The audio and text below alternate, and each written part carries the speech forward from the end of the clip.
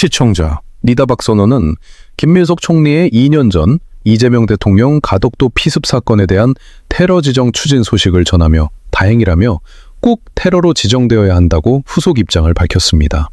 동아일보 역시 테러로 지정될 가능성이 커지면서 피해 지원과 진상조사 길이 열릴 것이라는 진전된 소식을 전했습니다. 해당 사건이 테러로 지정되면 국가테러대책위원회가 개별 사건을 테러로 지정하는 첫 사례가 될 전망이며 총리실 관계자는 테러대책위원회에서 후속 조치 방안도 함께 논의하게 될 것이라고 밝혔습니다. 너무나 잘된 일입니다. 이제야 상식이 숨을 쉬는 모양인데 숨쉬기까지 이렇게 오래 걸릴 줄은 아무도 몰랐을 겁니다.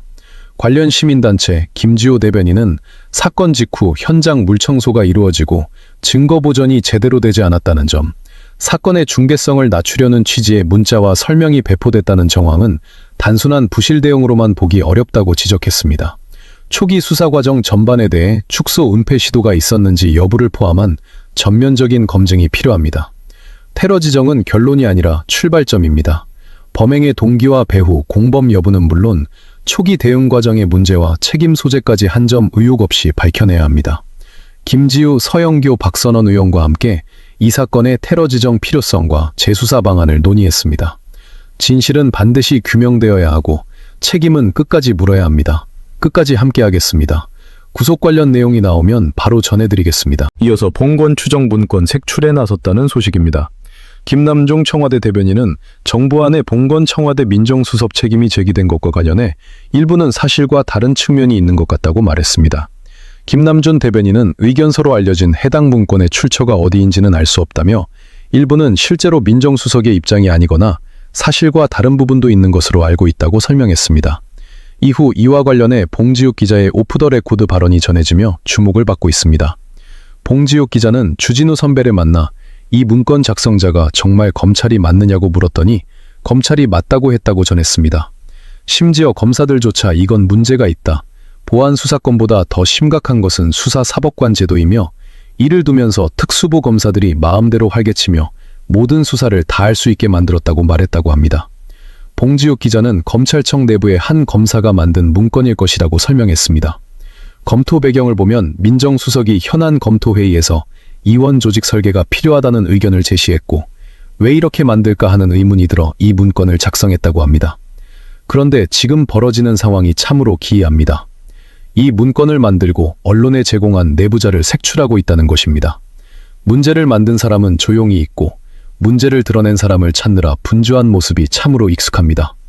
이는 과거 윤석열 정부에서 보였던 장면과도 닮아 있습니다. 이 문건은 공식 문건도 아니고 단순한 검토 문건으로 결제 라인을 거치거나 장관 직인이 찍힌 것도 아닙니다. 그럼에도 이를 언론에 유출했다는 이유로 제보자를 색출하는 것은 매우 심각한 일입니다. 잘못된 것을 바로잡기보다 색출에 나서는 태도 자체가 또 다른 문제입니다. 그래서 정성호 장관의 우리 정부는 다르다는 말이 계속 공허하게 맴도는 것입니다. 한편 법무부에서는 조상호 법무부 장관 정책보좌관이 나와 검찰개혁과 관련해 민주당의 반발은 오해가 있었다는 법무부 입장을 전했습니다. 이번에는 민주당 소식입니다. 오늘 최고위원회의에서 1인 1표제 재추진 보고가 있었고 그 후속으로 다음 달 2일 당 중앙위원회에 재부의하기로 결정했다고 합니다. 일부 최고위원들의 반발 소식도 전해졌습니다.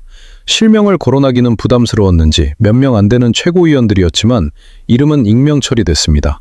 한국일보에 따르면 한 차례 부결됐던 1인 1표제를 재추진하겠다고 밝힌 가운데 해당 안건 논의를 위한 비공개 최고위원회의에서 일부 최고위원들의 반대가 있었던 것으로 확인됐습니다. 정 대표가 대표 연임을 위한 포석으로 한 달 만에 1인 1표제를 다시 꺼내들었다는 취지의 지적이었습니다. 비공개 회의에서 당원당규 개정 추진안이 보고되자 이렇게 추진할 일이 아니라는 발언도 나왔습니다. 이에 정 대표는 그때 가서 논하면 출마자들에게 바로 영향을 줄 수 있으니 미리 해두는 게 맞다고 정리했다고 합니다. 그러자 그러면 당원 투표에 대표 연임 여부도 넣자고 말한 인사도 있었다고 합니다. 민주당은 1인 1표제에 대한 당원 의견을 묻는 온라인 투표를 22일부터 24일까지 나흘간 실시할 예정이며 여기에 대표가 적절한지를 묻는 문항을 추가하자는 의견이 나온 것입니다. 한 참석자는 정 대표를 직접 언급하지는 않았지만 연임을 염두에 두고 제도를 추진한다는 전제의 발언이었다고 전했습니다.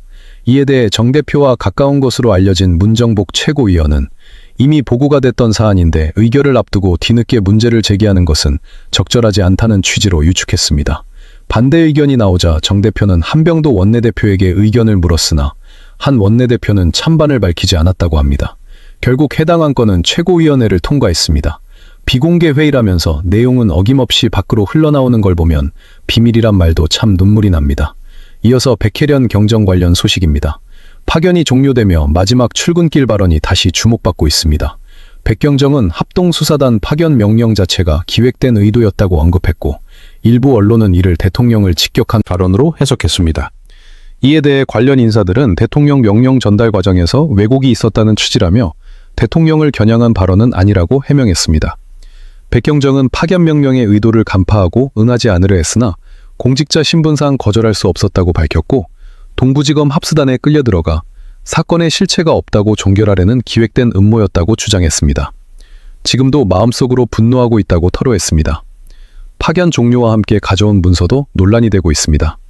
경찰로 복귀한 백경정이 파견 당시 작성한 사건 기록을 근무지구대에 보관하겠다고 하자 검찰이 반환을 요구했고 경찰은 수사기록 유출로 보고 감찰에 착수했습니다. 경찰청은 서울경찰청에 감찰을 지시했고 백경정은 수사기록은 100팀에 있으며 화곡지구대에 보관될 것이라고 밝혔습니다.